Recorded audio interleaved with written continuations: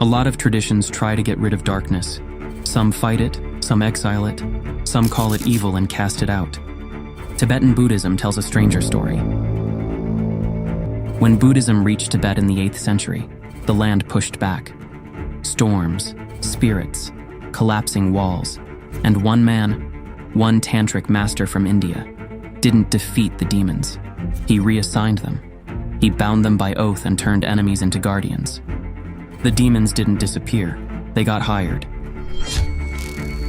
This is the story of PADMASHAMBHAVA, also known as Guru Rimpoche, the lotus-born master who changed Tibet forever by transforming its greatest enemies into Buddhism's fiercest protectors. How do you do that without destroying anything?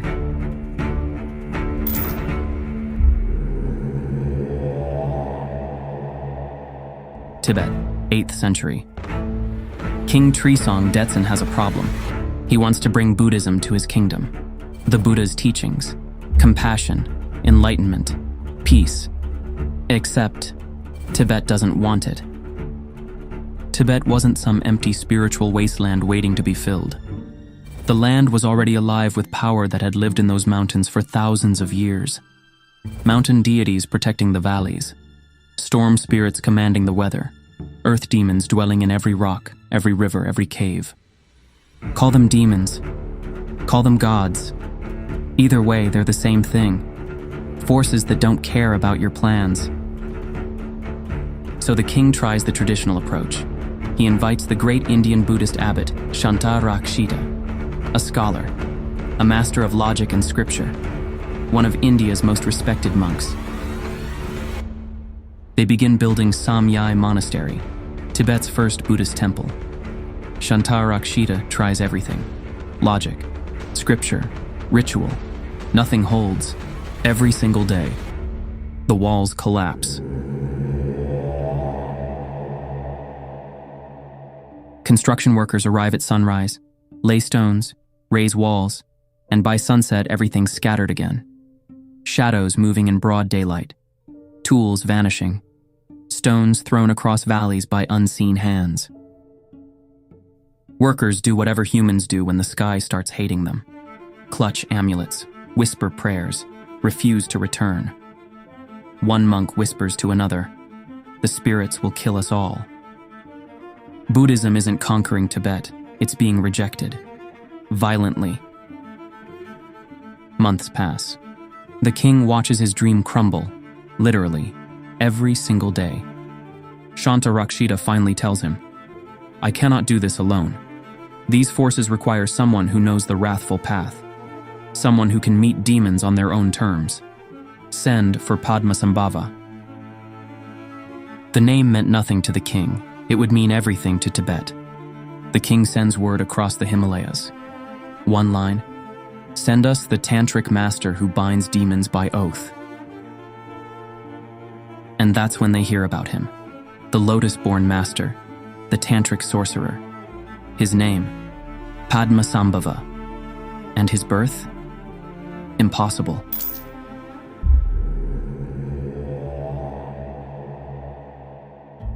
Let me tell you how PADMASHAMBHAVA was born, because the story defies nature itself.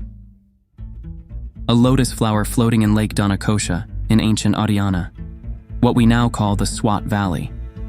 And one day, the lotus opens. Inside, an 8-year-old child, already enlightened, holding a vajra in one hand, a lotus in the other.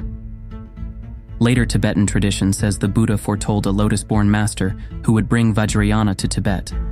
Some traditions go even further and describe him as an emanation of the Buddha, not reincarnation in the pop culture sense, more like the Buddha's compassion taking a new form for a new place. Whatever you believe about the birth, Tibet didn't invite him for poetry. They invited him because their monastery kept collapsing.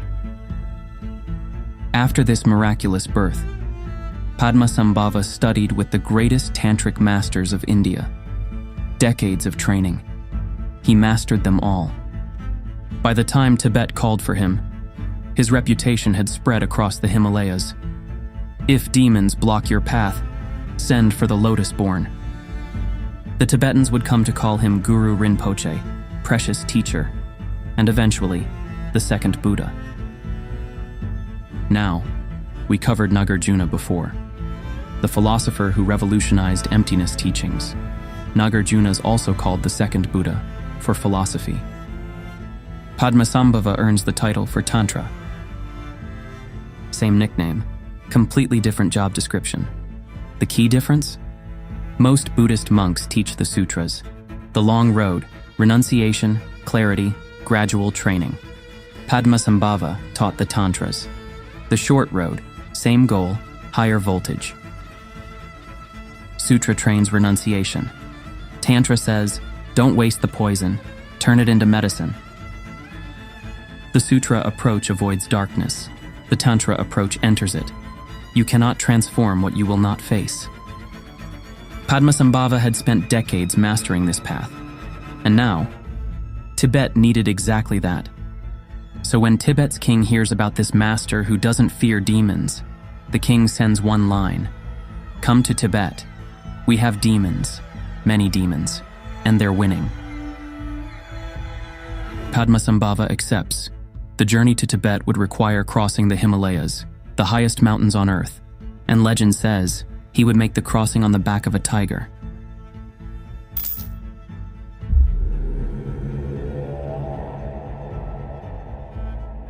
Before PADMASHAMBHAVA could face Tibet's demons, he needed a guide, someone who knew the land. He found her in Yeshai Tsogyal. Yeshai Tsogyal was a Tibetan princess, promised in political marriage.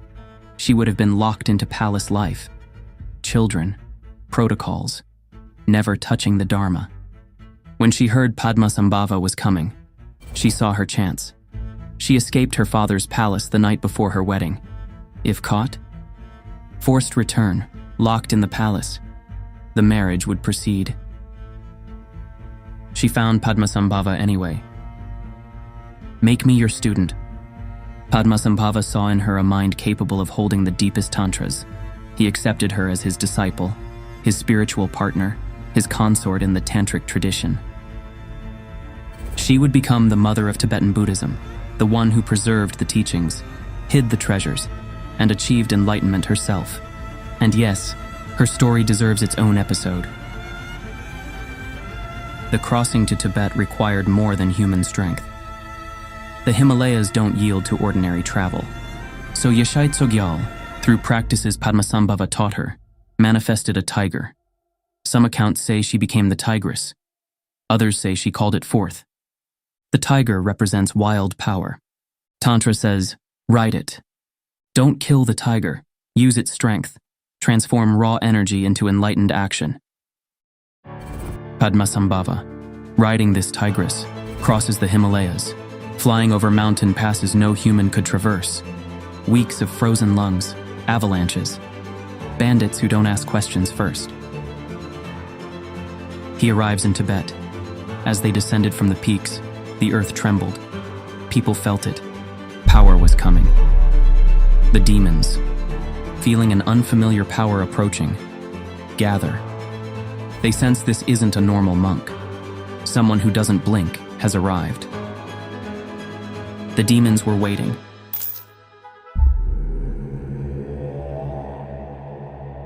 How does one man face an entire country of demons? PADMASHAMBHAVA didn't have one approach. He had 8. Tradition says he manifested 8 different forms throughout his life.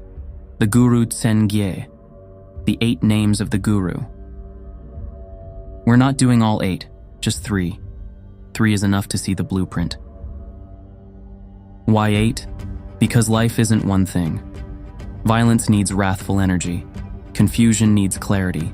Pride needs sovereignty it can respect. 8 different approaches, because life throws infinite challenges. You're about to see exactly what that means. 3 demons, 3 different forms, 3 transformations. The first demon? Pure violence.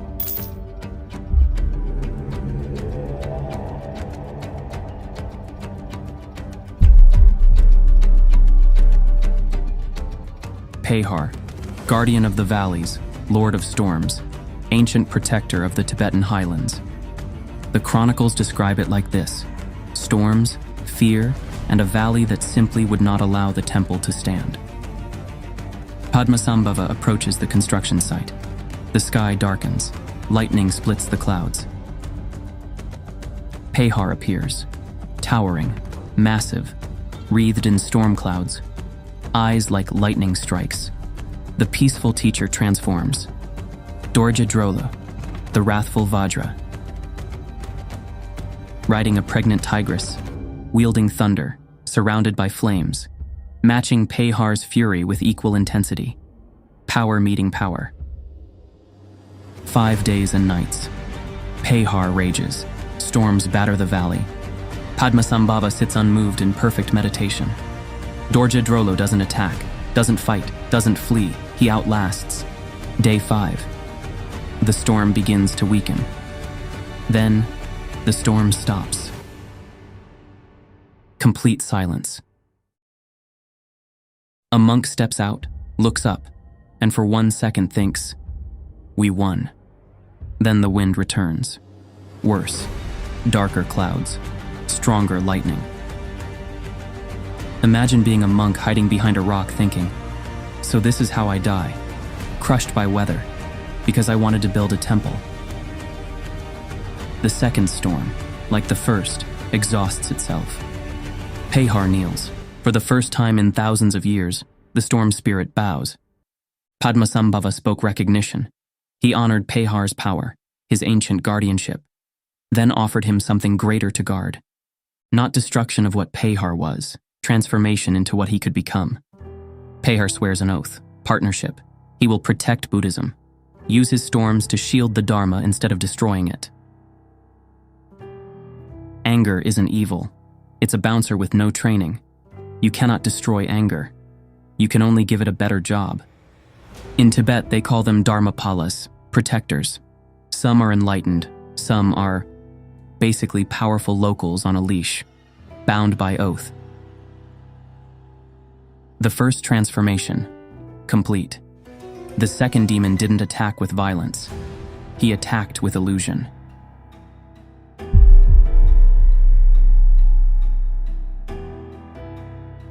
Nenchen Tangla, god of the mountains, master of illusion.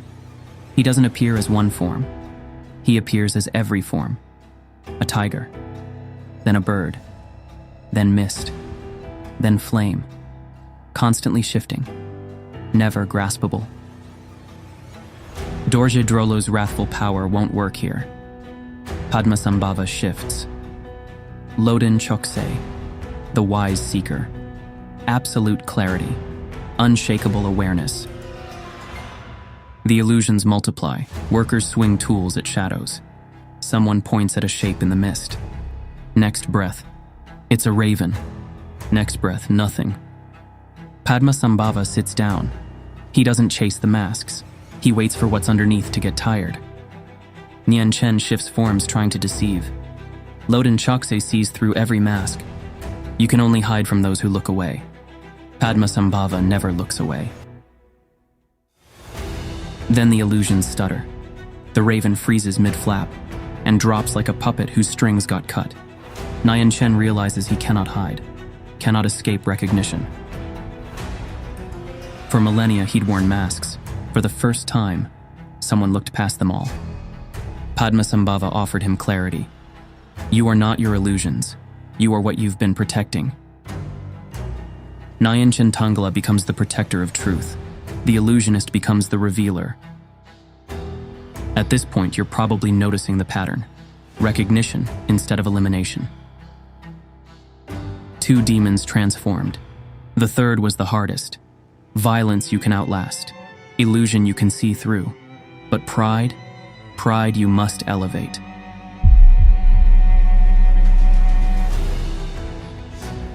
Siu Marpo, god of the territories. Proud, sovereign, unyielding. He doesn't attack Samyai, he refuses it. This land belongs to the old gods. He will not bow to foreign teachings. Pride cannot be broken without destroying the demon itself. So PADMASHAMBHAVA doesn't break it. Padma Gyalpo, the Lotus King. royal, sovereign, majestic. Tsiu Marpo stands before him, refuses to kneel. The monks expect a fight. Instead, they watch two kings stare at each other in silence. And the scariest thing in the valley isn't the god, it's the calm. Padma Gyalpo acknowledged Tsiu Marpo's sovereignty, his ancient rights, his noble pride, then asked, what is truly worthy of such power? Not foreign conquest, eternal truth, not diminishment, elevation. Padma Gyalpo offered elevation. The Dharma wouldn't diminish Tsiu Marpo's power. It would make that power eternal. Tsiu Marpo, the territorial god who refused foreign influence, becomes one of Buddhism's most wrathful protectors. His pride transformed into noble guardianship. 3 confrontations, 0 deaths, 0 banishments, pure transformation. And suddenly, everyone understands. Every demon was defending something sacred, their mountains, their valleys, their people. The demons were never the enemy. They were protectors who didn't know they could protect something greater. When Buddhism spreads at its best, it doesn't bulldoze a culture. It translates into it. Tibet absorbed Buddhism, made it Tibetan. The demons became its protectors. The walls stopped falling, the spirits stopped resisting. King Trisong Detsen stood at the monastery site. For the first time since construction began, silence. Yeshai Tsogyal watched from the valley. She'd seen PADMASHAMBHAVA as peaceful teacher, wrathful destroyer, wise scholar. Now she understood. He was all of them, and none of them, whatever the moment required. Dawn broke over Samyai. The walls stood, 4 temples facing 4 directions. A central shrine, Tibet's first Buddhist monastery, built on land demons once guarded, now protected by those same demons, transformed into eternal guardians. Construction completed around the year 779. Samyai Monastery stands to this day. PADMASHAMBHAVA's work in Tibet was only beginning.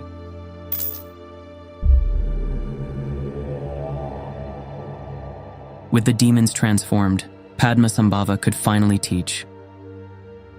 He didn't only build Samyai, he planted time bombs. Buddha Shakyamuni taught the sutras, PADMASHAMBHAVA taught the tantras. This is why he's called the second Buddha. Different methods, same destination. In Tibet, he becomes the second Buddha. You've heard that nickname before, this is the tantric version of it. PADMASHAMBHAVA established what would later become known as Nyingma, the oldest tradition of Tibetan Buddhism, the tantric lineage.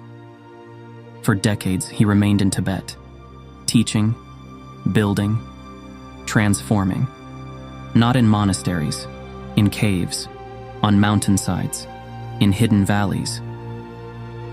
He taught a small circle, King Trisong Detsen, Yeshe Tsogyal, translators, yogins, together with Shantarak Shida. They translated the Buddha's teachings into Tibetan, creating the Tibetan canon, making Buddhism accessible to an entire civilization. And then he did something paranoid or genius. He hid the teachings, not because they were weak, because humans are. PADMASHAMBHAVA understood something about human nature. People forget. Teachings get corrupted. Lineages break. So he concealed them. Terma. Hidden treasures. Prophecies written. Locations marked. Instructions sealed. When humanity is ready, when the time is right, these teachings will reveal themselves. One of these hidden treasures, the Bardo Thodol. 6 centuries pass. Then a Turtun, a treasure revealer, named Karma Lingpa, finds it. According to Tibetan tradition, the Bardo Thodol traces back to PADMASHAMBHAVA's teachings, written down by Yeshai Tsogyal and hidden as Terma. We covered it before as the Tibetan Book of the Dead. That entire text, hidden Terma, revealed when the time was right. At least, that's how the tradition frames it. These Terma, still being discovered. Teachings hidden over 1,000 years ago, appearing in dreams, found in caves, ancient wisdom with perfect timing. Yeshe Tsogyal preserved the teachings, wrote them down, hid the terma, became the mother of Tibetan Buddhism. And the demons, they kept their oaths. Pehar, Tsiu Marpo, Nyan Chen, the very forces that fought Buddhism, now stand as its eternal guardians. The legacy is vast, monastery built, demons transformed, teachings established, treasures hidden. One man changing an entire civilization. And then, he left, without dying.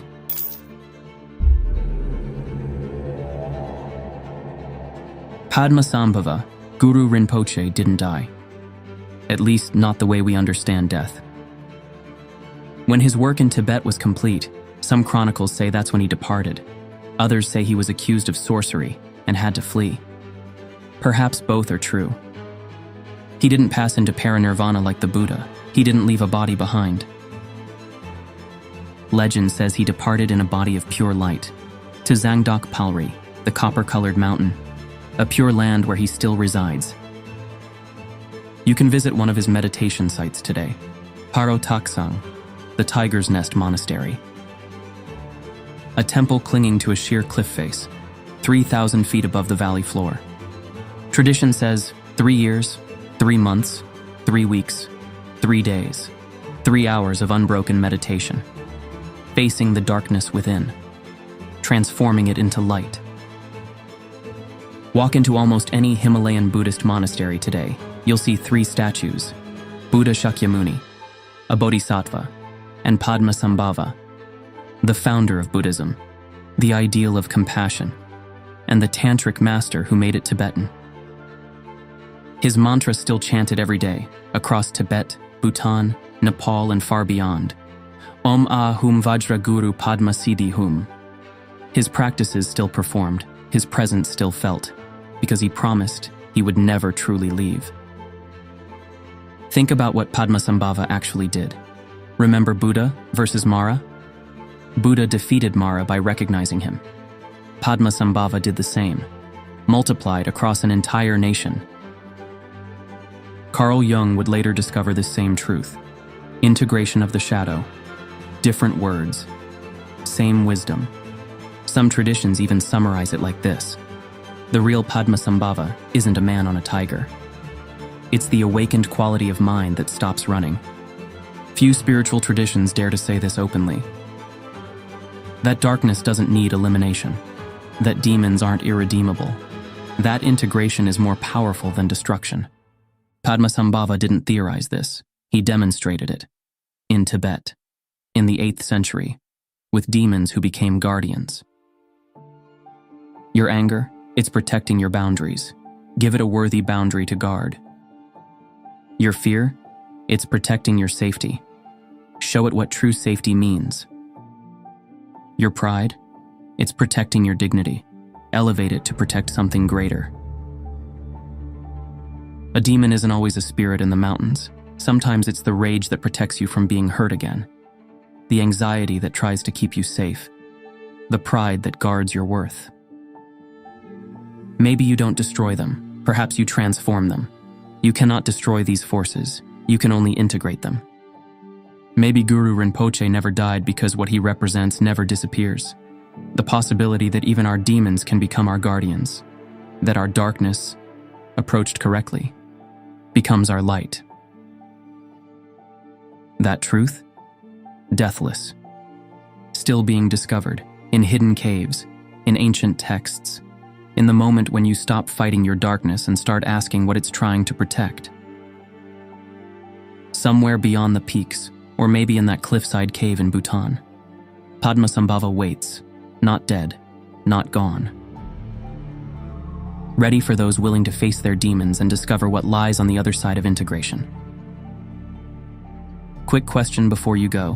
When you're under pressure, do you become Pehar, Tongla, or Tsiu Marpo? Think about it. If this story changed how you see darkness, hit subscribe. We explore Buddhist wisdom, the teachings most channels avoid, the truths that actually transform. Drop your answer in the comments. Which demon are you? And which demon in your life needs integrating instead of destroying? Next video, we're diving into another master nobody talks about. Until then, face your demons. They might become your greatest protectors.